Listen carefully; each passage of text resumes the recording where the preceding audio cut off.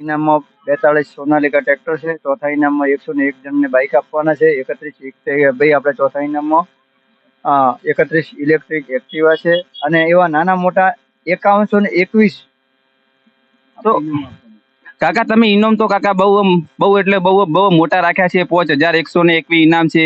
તો કાકા આમાં લોકો ઘણી વાતો કરે છે કે આમાં ફ્રોડ થાય છે, એવું કઈ છે તમને લાગે? ફ્રોડ તો અમે પહેલા બી એક ડ્રો અમારો સક્સેસ કર્યો છે અને કમ્પ્લીટ રેગ્યુલર અમે આપીએ છીએ ઇનામ.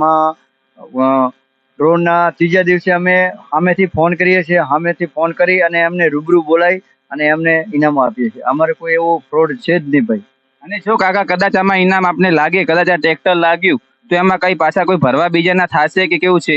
દેખો, અમારે આ બનાસ ફાઉન્ડેશનમાં અમારે 10% ભરવાના રહેશે. બીજું અમે કોઈ પણ હવે આમાં 31 એક્ટિવા છે ત્યાં સુધી 10% ભરવાના રહેશે અને પેલામાં આપણે જે નાના મોટા છે એમાં આપણે 1 રૂપિયો લેતા નથી. અને કાકા જો આપણે વાત કરીએ તો જે એમાં અમુક લોકો ગુજરાત બહારના છે, એ કીધું આગળની તારીખે ફ્રોડ કરી અને તમારી સાથે ફ્રોડ કરે, તો આ ટિકિટ કેવી રીતે લેવાની એનું તમે થોડું જણાવશો? અમારે જો બહારના વ્યક્તિઓ અમારા નામે 1-2 ડ્રોપ ફ્રોડમાં થઈ ગયા છે, પણ છતાં અમે સાચવીત રહીએ છીએ અને સામેથી જે રાજસ્થાનમાં જે હિન્દી ભાષી પછી બોલવા વાળા છે એમના પાસેથી મહેરબાની કરી અને તમે કૂપન લેવાનું ન રાખતા.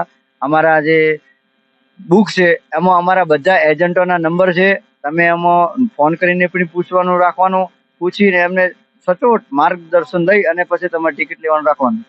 ખૂબ ખૂબ કાકા તમારો આભાર.